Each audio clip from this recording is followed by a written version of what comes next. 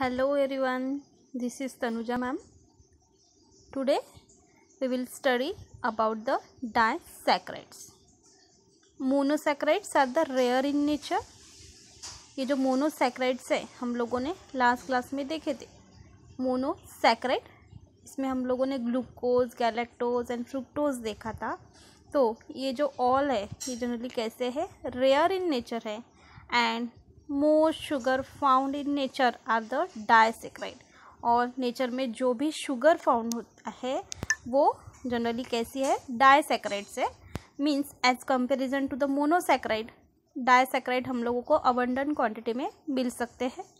Disaccharide is form when two monosaccharide react by the condensation. और हम लोग बोल सकते हैं कि when two monosaccharide get react together and हम लोग इसे बोलेंगे it undergoes the condensation and reaction and releasing a water molecule. और टू मोनोसैक्राइड जब एक दूसरे के साथ रिएक्ट होते हैं, कंडेंस होते हैं, वहाँ से जनरली वाटर मॉलिक्यूल रिलीज होता है and this process require the energy. और जो भी प्रोसेस होती है इसके लिए किसकी रिक्वायरमेंट है, एनर्जी की रिक्वायरमेंट होती है. The glycosidic bond form and hold the two monosaccharide unite together. और हम लोगों ने बोला कि जब two monosaccharide get united together, एक दूसरे के साथ मिक्स हो जाएंगे, तब वाटर मॉलिक्यूल रिलीज होगा. बट ये जो ऑल प्रोसेस हो रही है इसके लिए जनरली किसकी ज़रूरत है, it required the energy. And इसमें जनरली टू मोनोसैक्राइड के बीच में एक पर्टिकुलर बॉन्ड होता है. इसकी वजह से टू मोनोसैक्राइड एक दूसरे के साथ होल्ड है, तो इसे हम लोग बोलेंगे ग्लाइकोसिडिक बॉन्ड बोलेंगे. और ये ग्लाइकोसिडिक बॉन्ड की वजह से टू मोनोसैक्राइड एक दूसरे के साथ यूनाइटेड हो रहे हैं. Sucrose, lactose and maltose are the example of the disaccharides. यहाँ पे हम लोगों को कुछ डाइसैक्राइड के एग्जाम्पल गिवन है. What are that example of disaccharides are the sucrose, lactose and the maltose. ये डाइसैक्राइड के कुछ एग्जाम्पल है. Sucrose is a non reducing sugar since it lacks the free aldehyde or the ketone group. Generally sucrose जो है ये non reducing sugar है, इसके वजह से it lacks the free aldehyde और द कीटोन ग्रुप. ये इसके फॉर्मूला में हम लोग देखेंगे, इसमें जनरली अल्डिहाइड और कीटोन ग्रुप जनरली अब्सेंट होता है. Lactose and the maltose are the reducing sugar. ये जो लैक्टोज एंड माल्टोज है इसे हम लोग रिड्यूसिंग शुगर बोलेंगे. Lactose also exist in the beta form which is made from the beta galactose and the beta glucose. Generally lactose हम लोग बोल सकते हैं कि लैक्टोज भी एक जनरली मॉलिक्यूल है. ये कौन से फॉर्म में प्रेजेंट होता है, it is present into the beta form and ये generally beta galactose and the beta glucose से बना होता है. तो disaccharide are the soluble in water. हम लोग ये जो स्टडी कर रहे हैं जनरली हम लोग ये जो डाइसैक्राइड्स है इसकी स्टडी हम लोग जनरली इसके कुछ कैरेक्टर्स हम लोग स्टडी कर रहे हैं. Disaccharides are the soluble in water. अगर हम लोग ये जो डाइसैक्राइड्स है इसको अगर वाटर में डालते हैं, ये जो प्रोसेस है इसे हम लोग बोलते हैं हाइड्रोलिसिस प्रोसेस. और इससे हम लोगों को क्या मिलते हैं, two disaccharide undergoes the hydrolysis we obtain the two molecule of the monosaccharide. हम लोगों को two molecule of the monosaccharide मिलेंगे. And disaccharide generally soluble in water में सोल्यूबल है but they are too big to pass through the cell membrane by the diffusion. But ये water में soluble है तभी भी हम लोगों ने बोला कि सेल जनरली सेल को जनरली सेल मेम्ब्रेन भी हम लोग देखते हैं. तो ये मेम्ब्रेन कैसी होती है, हाँ जनरली सिलेक्टिवली परमिएबल होती है.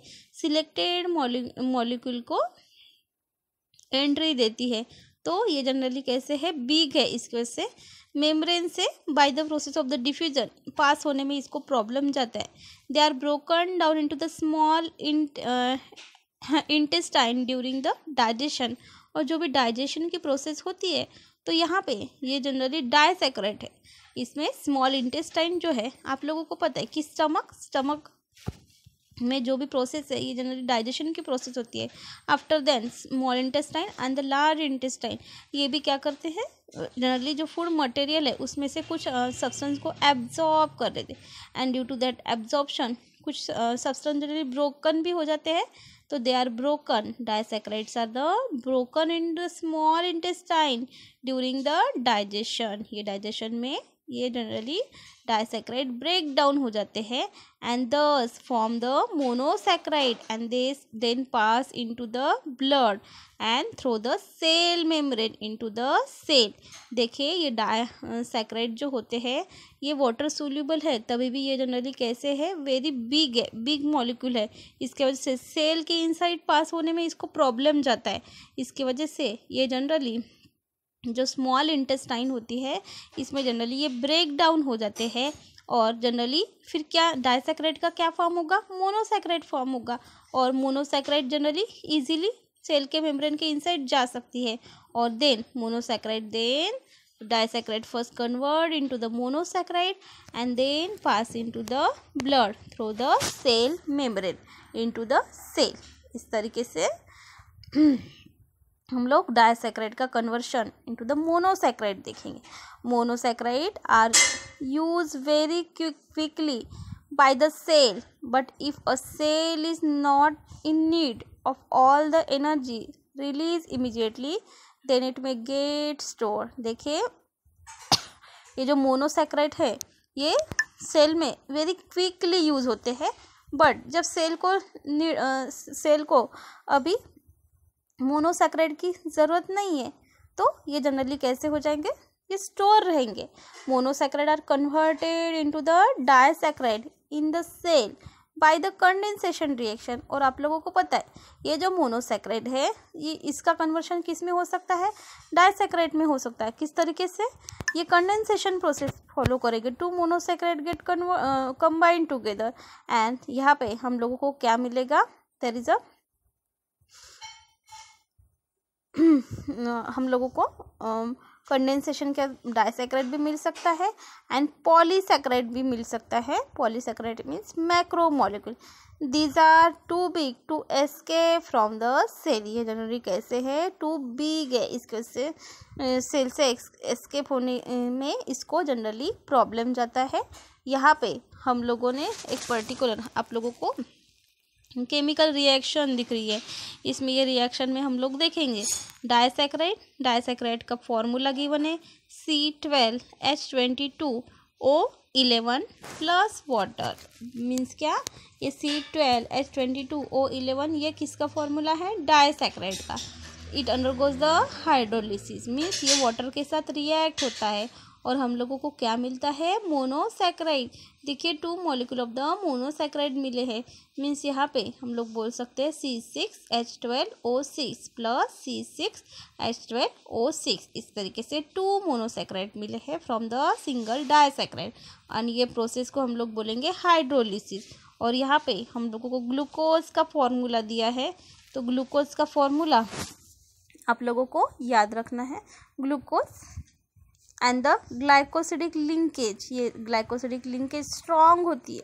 और ये जो फिगर है इसे हम लोग क्या बोलेंगे, माल्टोज. इस तरीके से हम लोगों ने अभी डाइसैकराइड के कुछ कैरेक्टर देखे. Now polysaccharide.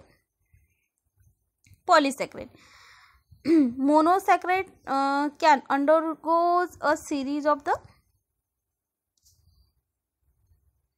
हम लोग बोल सकते हैं ये जो मोनोसैकराइड है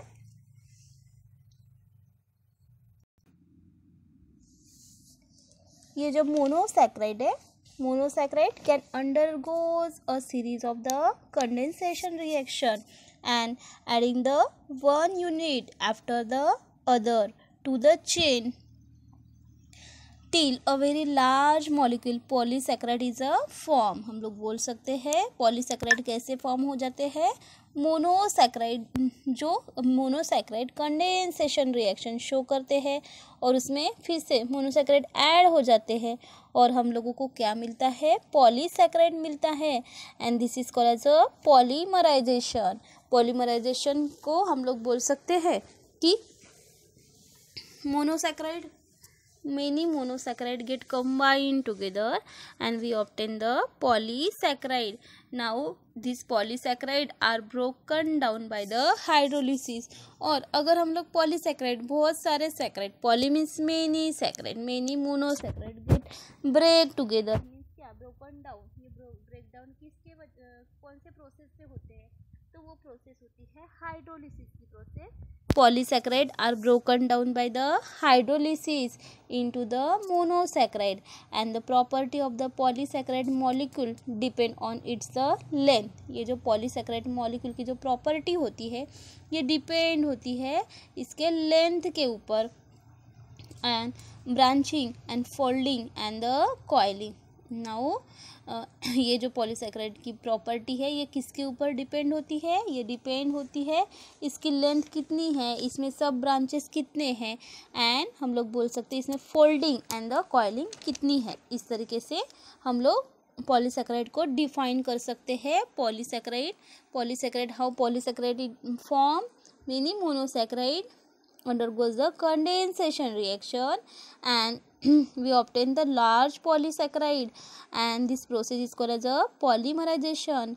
Polysaccharide are broken by the process of the hydrolysis and we obtain the monosaccharide and properties of the polysaccharide generally depend on the length of the branching, folding and the coiling। now हम यहाँ पे कुछ और example देखेंगे। Polysaccharide, starch, glycogen and the cellulose. Now what is starch? Starch is a store food in the plant. हम लोग बोलते हैं कि ग्रीन प्लांट जो है bye the process of the photosynthesis generally क्या प्रोड्यूस करते हैं, फूड प्रोड्यूस करते हैं generally in the form of A carbohydrate and the starch, ये स्टोर फूड मटेरियल होता है। It exist in the two form, और ये जनरली स्टार्च है टू फॉर्म में एग्जिस्ट होता है। वो कौन सा है, amylose and the amylopectin. Starch store generally in the form of a two form, amylose and the amylopectin. Both are made from the alpha glucose. ये अमाइलोज एंड अमाइलोपेक्टिन किससे बने हैं, अल्फा ग्लूकोज से बना है। Amylose is an unbranch polymer of the alpha glucose. ये जो amylose है ये अल्फा ग्लूकोज का अनब्रांच पॉलीमर है। पॉलीमर्स मीन्स क्या, बहुत सारे पॉलीमर, हम लोगों ने अभी देखा पॉलीमराइजेशन, बहुत सारे मोनोमर गेट कंबाइंड टुगेदर होते हैं और हम लोग बोलते हैं कि पॉलीमर मिलते हैं। इस तरीके से हम लोग बोलेंगे amylose is an unbranch polymer of the alpha glucose. हम लोग बोल सकते हैं ब्रांच और अनब्रांच। जनरली ये अनब्रांच पॉलीमर है बट किससे बना है, अल्फा ग्लूकोज से बना है। And the molecule coil into a helical structure, और ये जो मॉलिक्यूल है ये जनरली कॉइल हो जाता है इन द पर्टिकुलर स्ट्रक्चर, और वो स्ट्रक्चर कैसा है, helical structure. It form the colloidal suspension in the hot water. और हम लोग देखते हैं कि जनरली अगर हॉट वाटर में अगर हम लोग स्टार्च डालते हैं तो हम लोगों को कैसे सस्पेंशन दिखता है, कोलाइडल जेली लाइक सस्पेंशन दिखता है in hot water. Amylopectin it is a branch polymer of the alpha glucose, और ये जो अमाइलोपेक्टिन है ये जनरली अल्फा ग्लूकोज का एक ब्रांच पॉलीमर है। And it is completely insoluble in the water. और जनरली ये स्टार्च है ये जनरली अमाइलोपेक्टिन जनरली एक पर्टिकुलर ब्रांच पॉलीमर है किसका, अल्फा ग्लूकोज का, और ये completely insoluble in the water में कम्प्लीटली इनसोल्यूबल है। यहाँ पे आप लोगों को स्टार्च का जनरली डायग्राम गिवन है, इसमें अमाइलोज एंड द अमाइलोपेक्टिन यहाँ पे आप लोगों को डायग्राम गिवन है, ये डायग्राम आप लोग ड्रॉ कर सकते हो। नेक्स्ट है glycogen. What is glycogen? It is a amylopectin with a very short distance between the branching side chain. Glycogen ये कैसा है? ये अमाइलोपेक्टिन है with very short distance. Short distance किस में है? Between the branching side chain. And glycogen is store in the animal body, particularly in the liver and the muscles, from where it is hydrolyzed as per need to produce the glucose। Generally हम लोग बोल सकते हैं ये glycogen है, it is nothing but the one type का amylopectin है। इसमें जनरली हम लोग बोल सकते हैं वेरी शॉर्ट डिस्टेंस है किसके between the branching side chain. And glycogen generally animal body में स्टोर होता है, कहाँ पे? In liver and the muscles में स्टोर होता है। फ्रॉम वेयर, और यहाँ पे ये कैसा हो जाता है? हाइड्रोलिसिस होता है as per need and produce the glucose. और इसमें हम इन शॉर्ट बता सकते हैं ग्लूकोज जो है कहाँ से बनता है? ग्लाइकोजन से बनता है। कौन से प्रोसेस से? By the process of the hydrolysis. तो इस तरीके से हम लोग ग्लाइकोजन को जनरली डिफाइन कर सकते हैं। नेक्स्ट है cellulose. What is cellulose? It is a polymer made from the beta glucose molecule, and then the polymer molecule are the straight cellulose कैसा है? ये पॉलीमर है। कहाँ से, किससे बना है? It is made from the beta glucose molecule and the polymer molecule are the straight chain। Cellulose serves to form a cell wall in the plant cell। Generally cellulose हम लोग देखते हैं कि प्लांट सेल में जो cell wall होती है वो किससे बनी होती है? सेलुलोज से बनी होती है। डिफरेंट केमिकल कंपोजिशन होते हैं, हम लोग बोलते हैं कि पेक्टिन से बनी है, ग्लाइकोजन से बनी है। तो इस तरीके से जनरली ये सेलुलोज सेल वॉल किससे बनी होती है? जनरली सेलुलोज से बनी होती है in the plant cell. And these are much tougher than the cell membrane. Cell membrane से थोड़ी टफ होती है। And this toughness is due to the arrangement of the glucose unit into the polymer chain and the hydrogen bonding between the neighbouring chain. हम लोग बोल सकते हैं ये जनरली सेलुलोज से सेल वॉल में सेल मेम्ब्रेन बनी होती है और ये टफ होती है। और ये टफ क्यों होती है? ड्यू टू इसमें क्या होता है? अरेंजमेंट होता है ग्लूकोज का, glucose unit in the polymer chain. और इसमें ये ग्लूकोज यूनिट से बनी होती है। एंड इनमें क्या होते हैं? हाइड्रोजन बॉन्डिंग होती है बिटवीन द नेबरिंग चेन। ये जो चेन है इसमें जनरली क्या होती है? हाइड्रोजन बॉन्डिंग होती है। इसकी वजह से जनरली इसमें ग्लूकोज यूनिट होते हैं and the polymer chain and the hydrogen bonding between the neighbouring chain. इसकी वजह से ये कैसे होती है? टफ होती है। Cellulose cell wall toughness tough होती है। Now what are the biological significance of the carbohydrate? हम लोग बोल सकते हैं जो कार्बोहाइड्रेट हमारे बॉडी में है, what is the main biological significance of the carbohydrate?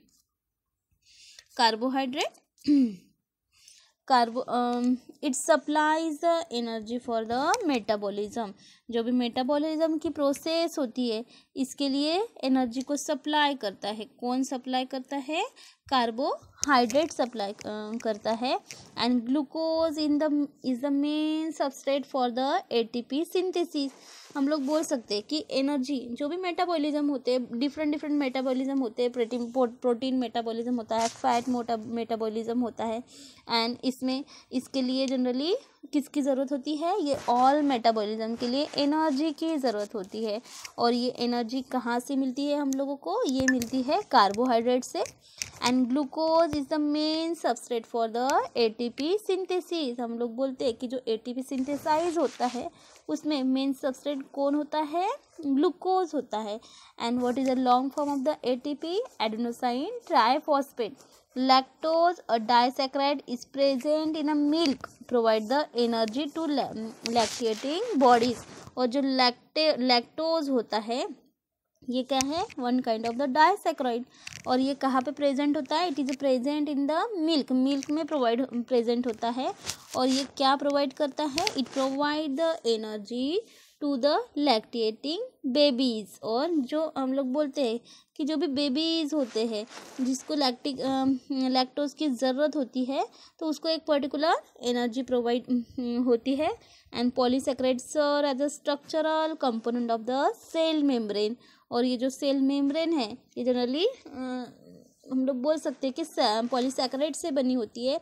Cell wall and the reserve food and the starch and the glycogen. फिर से हम लोग देखेंगे, ये जो कार्बोहाइड्रेट है इसकी वजह से एनर्जी प्रोवाइड होती है फॉर द मेटाबॉलिज्म। जनरली इसका main ATP synthesis substrate for the glucose. Glucose क्या है, मेन सबस्ट्रेट है किसका, फॉर द एटीपी सिंथेसिस का। और जनरली ये जो लैक्टोज है ये मिल्क में प्रेजेंट होता है। और जनरली ये जो लैक्टेटिंग बेबीज़ है उनको एनर्जी प्रोवाइड करता है। और जनरली ये जो पॉलीसैकेराइड है ये as a structural component of the cell wall, cell membrane का एक स्ट्रक्चरल कंपोनेंट होता है। And cell wall and the reserve food as starch and the glycogen. Next topic हम लोग नेक्स्ट क्लास में स्टडी करेंगे।